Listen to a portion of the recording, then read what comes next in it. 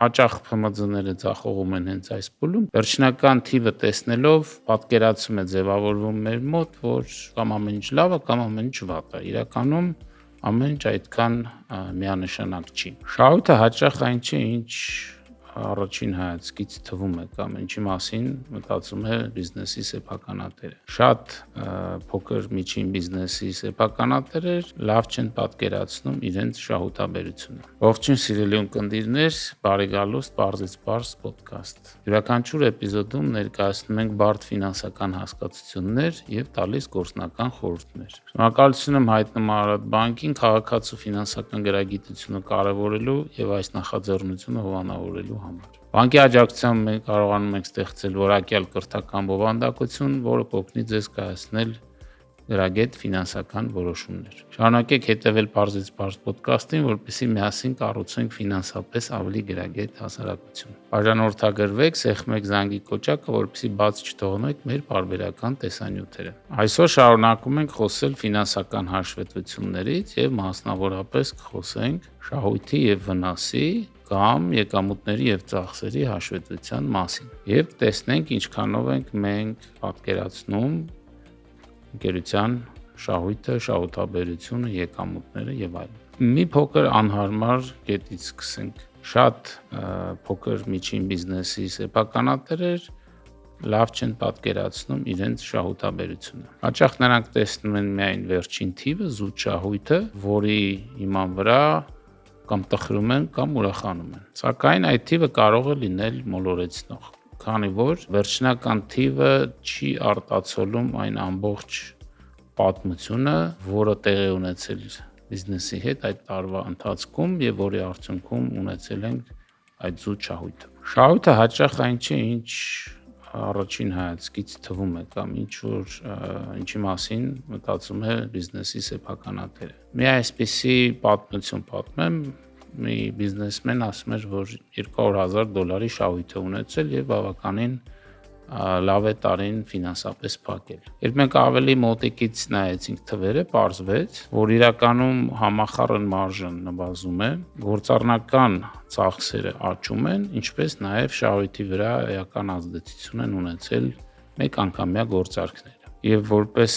հետևանք հաջորդ տարի նրանք արդեն խնդիրների առաջ կանգնեցին։ Պատճառը նրանում էր, որ վերջնական արդյունքը տեսնելով բավարար չափով չէին խորացել հանգամանքների վրա, որոնք բերել էին այդ շահույթին, ինչպես նաև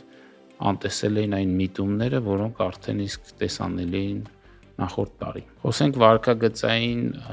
էլեմենտների կամ թակարդների մասին։ Առաջինը դա վերջնարդյունքի կամ արդյունքի կանխակալությունն է, այսինքն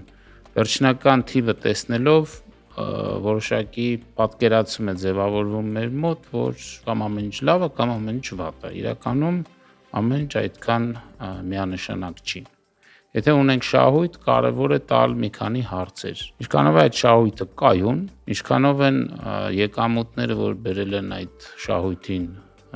շարունակական, կրկնվող, եւ ինչքանով են այդ եկամուտները կապված կանխիկի հետ, այսինքն ինչքանով է կանխիկը արագ հոսում եկամուտների հետևից։ Եվ արդյոք ունենք պարզապես մեկանգամյա կամ ժամանակավոր էլեմենտներ, տարեր, որոնք հետագայում չեն կրկնվելու։ Եվ այսպես սկսենք եկամուտների ծախսերի հաշվետվության առաջին տողից։ Առաջին տողում մենք ունենք հասույթը, որը բիզնեսի գործունեությունից ստացված եկամուտն է։ Հասույթը իրանից ներկայացնում է կամ ցույց է տալիս բիզնեսի ակտիվությունը, գումարների շարժը եւ նաեւ այն խիստ կապված է շուկայի վիճակի հետ, շուկայի ակտիվության հետ, սակայն հասույթը դեռևս շահույթ չէ, հնարավոր է որ մեր հասույթները բազմապատկվեն, կրկնապատկվեն, բայց մեր շահույթը դրանից չավելանա։ Երկրորդ տողը եկամուտների եւ ծախսերի հաշվետվության դա ապրանքների կամ վաճառքների ինքնարժեքն է։ Եվ առաջին տողից հասույթից հանելով վաճառքի ինքնարժեքը ստանում ենք համախառն շահույթը, որը առաջին, այսպես ասած, շահույթի ցուցիչն է, այսինքն դա ցույց է տալիս համախառն մարժան, ինչքան մարժա կամ ինչքան գումար է մնում ընկերությանը ապրանք կամ ծառայություն գնելու, վաճառելու արդյունքում։ Եվ իրականում մարժան ցույց է տալիս, թե ինչքանով իմաստ ունի այդ բիզնեսով զբաղվել, ինչքանով ենք մենք հաջողում հենց առաջին իսկ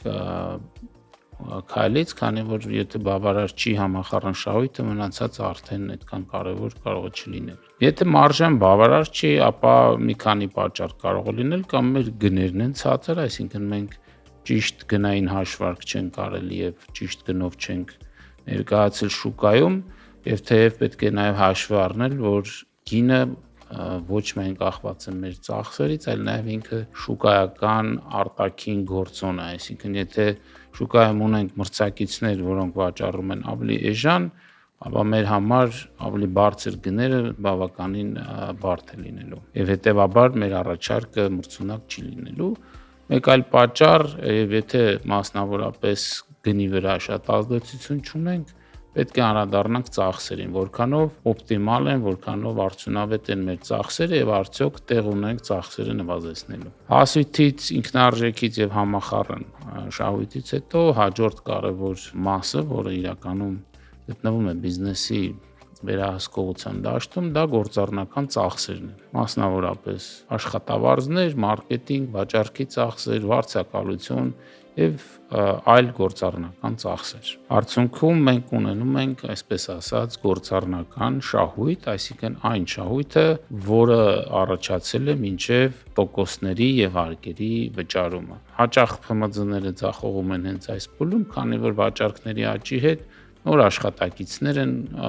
աշխատանքի ընդունում,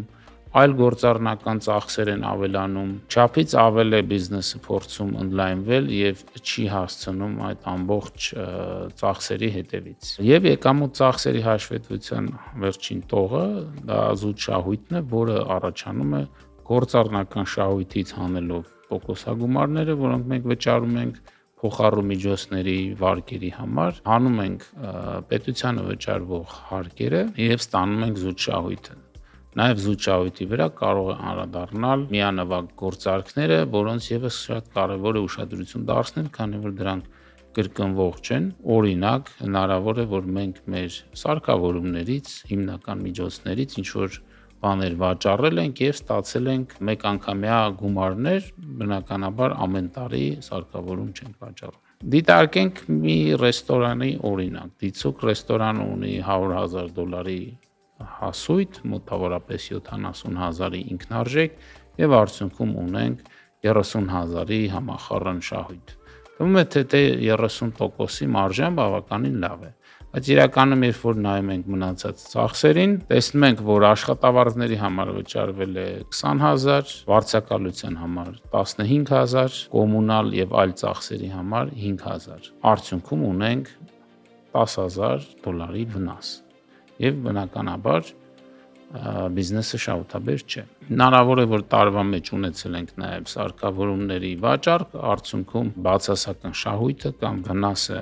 վերածվել է դրական շահույթի, բայց բնականաբար սա կրկնվող չէ եւ հետեւաբար կարճաժամկետ 1 տարվա մեջ հնարավոր է մենք խնդիրներ լուծենք, բայց երկարաժամկետ իմաստով գործունեությունը շահութաբեր չէ։ Ամփոփելով փորձենք հասկանալ, թե ինչի վրա է պետք ուշադրություն դարձնել։ Առաջինը համախառն մարժան։ Արդյոք աճում է ժամանակի ընթացքում մեր մարժան, թե նվազում է։ Երկրորդ կետը դա ծախսային կարգապահությունն է։ Արդյոք ժամանակի ընթացքում համամասնորեն մեր ծախսերը աճում են, նույնն են մնում, թե նվազում են։ Երրորդը դա շահույթի որակն է։ Արդյոք շահույթը ստանում ենք հիմնական գործունեությունից, թե դրա վրա էական ազդեցություն ունեն մեկ անգամյա չկրկնվող գործարքները։ Վերջում ավելացնենք, որ շահույթի եւ վնասի հաշվետվությունը կամ եկամուտների եւ ծախսերի հաշվետվությունը ոչ թե շահույթի մասին է, այլ ձեր բիզնեսի կենսունակությունը հասկանալու մասին է, որտեղից են գալիս եկամուտները, ինչի վրա ենք ծախսում մեր գումարները եւ որքանով են կայուն շարունակական կրկնվող մեր շահույթները։ Հաջորդ էպիզոդում կխոսենք մյուս կարևոր